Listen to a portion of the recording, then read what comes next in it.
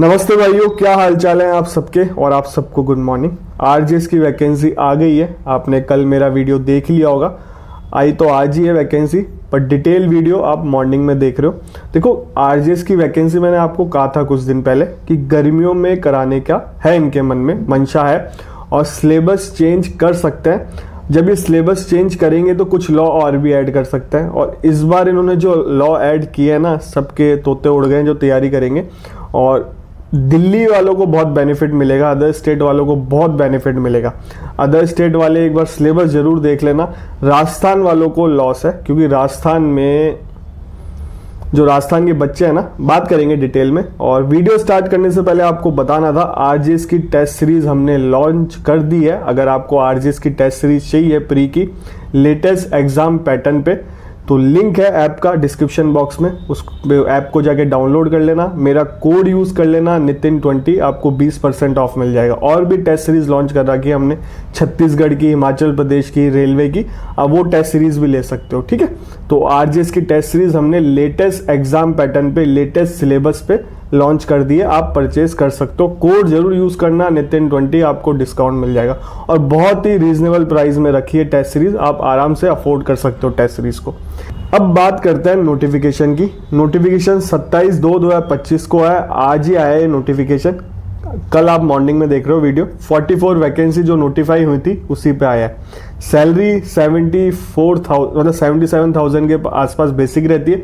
मैंने आरजेएस की salary slip पे वीडियो बना रखा है, ऑफिशियल सैलरी स्लिप बता रखी है, देखा नहीं तो देख लो जाके, ठीक है। और इसकी फॉर्म भरे जाएंगे इसके 1/3/2025 से 30/3/2025 लास्ट डेट है। और पेमेंट की 31/3/2025 है। आप तो पहले ही फॉर्म फिल कर लेना, बाद में कोई प्रॉब्लम हो अभी जाके फॉर्म फिल कर लेना, ठीक है। और आगे चलते हैं इसमें।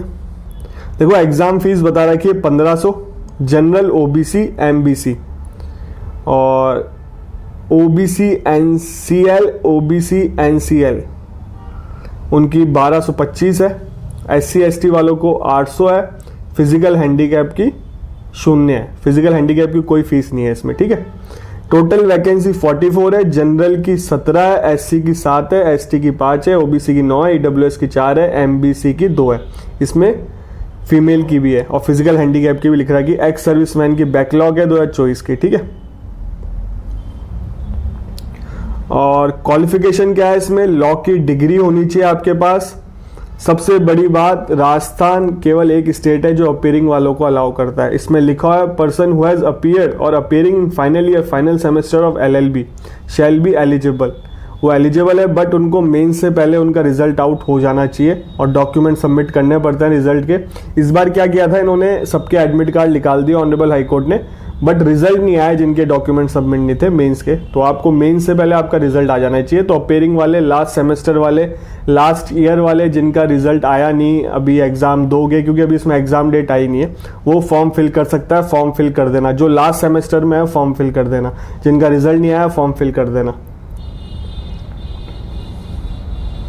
देखो, इसमें एज है मिनिमम 21, मैक्सिमम 40 है, ठीक है। 5 साल का एज रिलैक्सेशन भी है। एससी एसटी ओबीसी और more backward classes, economical weaker section of women, तो ठीक है, जितनी मतलब रिजर्व कैटेगरी है उनको 5 साल का एज रिलैक्सेशन भी है।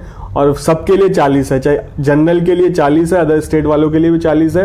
Reserve category SC ST, other backward classes, more backward classes, economical weaker section of women. Women किसी भी कैटेगरी से हो, चाहे जनरल से भी हो, उनको 5 साल का एज रिलैक्सेशन है, ठीक है। एक्स सर्विसमैन को 10 साल का है। और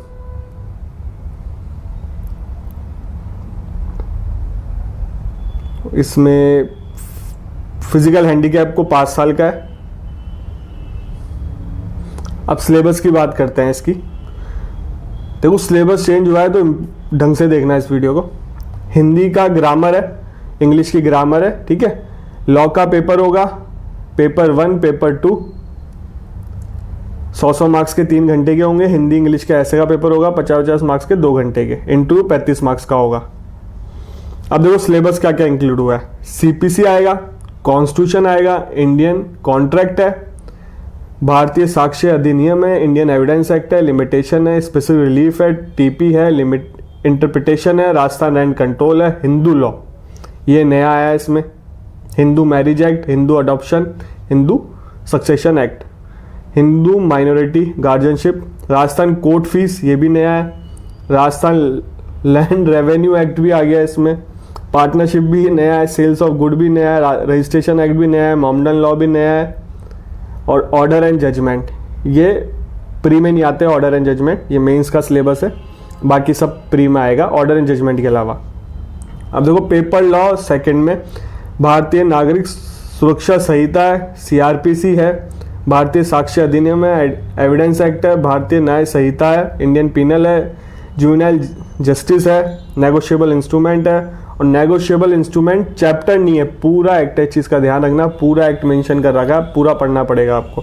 प्रोविजन है, offender act, protection of women from domestic violence है, indecent representation of women provision act है, protection of child from sexual offence act है, सेक्सुअल हरासमेंट है, वुमेन एट वर्क प्लेस, और राजस्थान एक्साइज एक्ट भी है जो आपने पढ़ा होगा इसमें एपीओ में, और इंफॉर्मेशन टेक्नोलॉजी एक्ट भी है, और framing of charge, judgement writing, ये मेंस में पूछा जाएगा। मतलब जब मेरी बहन सेलेक्ट हुई थी ना, उस टाइम का ये सिलेबस है, जब हम कॉलेज में थे। और इसमें कुछ लॉ एक्ट, मतलब पंचायती, पहले पंचायती भी आता था, म्यूनसिपालिटी भी आता था, वो शायद ऐड नहीं करे इसमें, बाकी अधिकतर सिलेबस वही है। और जितना मुझे याद आ रहा है, ये एक्ट सिलेबस जब चेंज हुआ था, शायद ऑनरेबल सुप्रीम कोर्ट में ये मैटर किया था, और शायद ऑनरेबल सुप्रीम कोर्ट ने बोला था कि जब कुछ क्योंकि बहुत सारे एक्ट ऐसे हैं जो एडीजे लेवल डील करते हैं, फैमिली कोर्ट के एक्ट एडीजे लेवल लगते हैं, जेएम लगते नहीं है। तो ये बोला था जब एडीजे रैंक के है नहीं, जेएम रैंक के लग रहे हैं, तो इन एक्ट की क्या जरूरत है, तब शायद ये सारे एक्ट हटा दिए गए थे, बट इन्होंने वापस इंक्लूड कर दिया। तो मैं तो कहूँगा अगर अच्छा वकील कर सकते हो आप लोग, आपकी इच्छा है, तो आप ऑनरेबल सुप्रीम कोर्ट एक बार अप्रोच जरूर करो। और ये क्योंकि बहुत सारे ऐसे एक्ट हैं जो एडीजे के सिलेबस है। अगर राजस्थान का एडीजे का सिलेबस देखोगे ना, इसमें सेम एडीजे का सिलेबस है, सब कुछ डाल दिया, तो बच्चों को पढ़ने में भी दिक्कत होगी। और दोनों एक्ट, चलो दोनों आप क्रिमिनल लॉ डाल दो, ओल्ड पुराने चलता है, क्योंकि दोनों से डील करना पड़ता है सिविल जज को। बट हिंदू एक्ट, मतलब फैमिली वाले एक्ट जो होते हैं, वो एडीजे लेवल के रैंक के देखते हैं। काफ़ी सारे एक्ट जो एडीजे लेवल रैंक के देखते हैं, इसमें इंक्लूड कर दिए। तो मैं तो ये कहूँगा, अगर आपके सुप्रीम कोर्ट में अच्छे जानकार हैं वकील, तो ऑनरेबल सुप्रीम कोर्ट को अप्रोच करना चाहिए आप लोगों को, और अपने सारे राइट अपनाने चाहिए। बाकी आपकी मर्जी, आप समझदार हो। और देखो इसमें लैंग्वेज का पेपर होगा, हिंदी ऐसे, इंग्लिश ऐसे, ठीक है। और इंटरव्यू होगा, इंटरव्यू में कोई क्वालिफाइंग मार्क्स नहीं है, चीज़ का ध्यान रखना। ढंग से पढ़ो। अब बात करते हैं एग्जाम कब हो सकता है। देखो एग्जाम गर्मियों में हो सकता है, मैक्सिमम अगस्त जा सकता है एग्जाम, और ट्रेनिंग स्टार्ट हो जाएगी। अभी ट्रेनिंग भी स्टार्ट नहीं हुई, ट्रेनिंग स्टार्ट हो जाएगी मार्च एंड या अप्रैल स्टार्टिंग में। और एग्जाम में डिले नहीं करेंगे, ये इस साल के एंड तक ये पूरा हो जाएगा। इंटरव्यू हो जाएंगे, सर्दियों के आसपास इंटरव्यू हो जाएंगे, ठीक है। तो आपको यही करना है, पढ़ना है। किसी को कोचिंग लेनी हो आरजेएस की, मुझे मैसेज कर देना, कमेंट कर देना, या इंस्टाग्राम पे मैसेज कर देना, साइड में इंस्टाग्राम आईडी आ रही है, मैं आपको बहुत अच्छी कोचिंग बता दूंगा। और देखो बहुत बड़ी बड़ी कोचिंग होती है, उसमें 300 400 800 बच्चे होते हैं, 500 बच्चे होते हैं, हर कोई समझा नहीं पाता। आपको ऐसी कोचिंग देखनी चाहिए जिनको अच्छा एक्सपीरियंस हो, खुद भी मतलब उसमें पेपर दिए हो, इंटरव्यू दे रहे हो, और काफ़ी अच्छा एक्सपीरियंस वाले लोग देखने चाहिए जो आप पे फोकस करें ज़्यादा ढंग से। तो आपको कोचिंग चाहिए तो मुझे बता देना, मैं आपको इंस्टाग्राम पे मुझे मैसेज कर देना, मैं नंबर शेयर कर दूंगा कोचिंग वालों के। और कोई पेड प्रमोशन नहीं है, आपको अच्छी कोचिंग मिल जाए। आरजेएस की टेस्ट सीरीज चाहिए आपको, तो लिंक है डिस्क्रिप्शन बॉक्स में, ऐप को जाके डाउनलोड कर लेना, और मेरा कूपन कोड जरूर यूज़ कर लेना नितिन20, आपको डिस्काउंट मिल जाएगा। बाकी देखो पढ़ो, जो भी होगा मैं आपको अपडेट कर दूंगा। वैकेंसी आ गई है, जो मैंने आपको बताया था वही हुआ है, ठीक है। अब कई बच्चों को देखो क्या है, वैकेंसी आने के बाद पढ़ाई करते हैं, कई बच्चे पढ़ रहे होंगे, और सिलेबस जो है वो उसमें बेनिफिट जो एमपी वालों को रहेगा, एमपी में शायद काफ़ी सारे एक्ट आते हैं, इसमें दिल्ली वालों को रहेगा, यूपी का मुझे आइडिया नहीं है। तो जिनके ये एक्ट आ रहे हैं पहले से, उनको बेनिफिट है, तो उनको तो बिल्कुल भरना चाहिए पेपर। अदर स्टेट वालों को प्लस पॉइंट है बहुत ज़्यादा, क्योंकि उनके स्टेट में ये एक्ट आता है। और लोकल एक्ट इतने इंक्लूड हुए नहीं है, केवल एक रेंट कंट्रोल है अभी भी, जितना अगर मैं गलत नहीं कह रहा तो केवल एक रेंट कंट्रोल ही है लोकल में, और कोई लोकल एक्ट इंक्लूड हुआ नहीं है इसमें एक्स्ट्रा। तो अदर स्टेट वालों के लिए बहुत प्लस पॉइंट है। तो बिल्कुल आरजेएस को अप्रोच करना, जीके भी नहीं आती, ये चीज़ का ध्यान रखना। और वैकेंसी संख्या अच्छी है, इस चीज़ का ऐसा नहीं कि कम है, वैकेंसी संख्या अच्छी है। और पढ़ाई पे फोकस करना। और देखो क्या है, बेयरएक्ट आपको पढ़ना है, बेयरएक्ट को ढंग से पढ़ना पड़ेगा आपको। और डायरेक्ट क्वेश्चन आएंगे, जहाँ तक है 99% डायरेक्ट क्वेश्चन आने वाले हैं। प्रैक्टिकल क्वेश्चन आने के, क्योंकि जब पहले पेपर होता था ना तो इतने सारे एक्ट आते थे, काफ़ी सारे एक्ट आते थे। अभी तो 25 करीब ही हैं, शायद 25-30 करीब। उस टाइम तो 40 करीब एक्ट आया करते थे।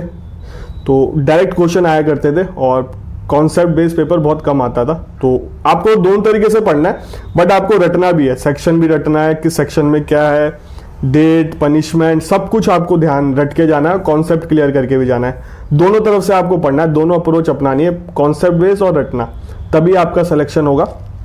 ठीक है। और कोई भी डाउट हो मुझे इंस्टाग्राम पे मैसेज कर देना, इंस्टाग्राम आईडी आ रही होगी साइड में, आप मुझे मैसेज कर सकते हो। हाय लो मत लिखना, डायरेक्ट क्वेश्चन लिख, अपना क्वेश्चन लिख देना, रिप्लाई कर दूंगा। और आप मुझे मैसेज भी कर सकते हो, मैसेज कमेंट पे तो मैं देख नहीं पाता, इंस्टाग्राम पे मैसेज का बता रहा हूँ। फॉलो जरूर कर लेना, इंस्टाग्राम आईडी को फॉलो नहीं करा बहुत सारे लोगों ने। आपसे मिलेंगे अब अगले वीडियो में।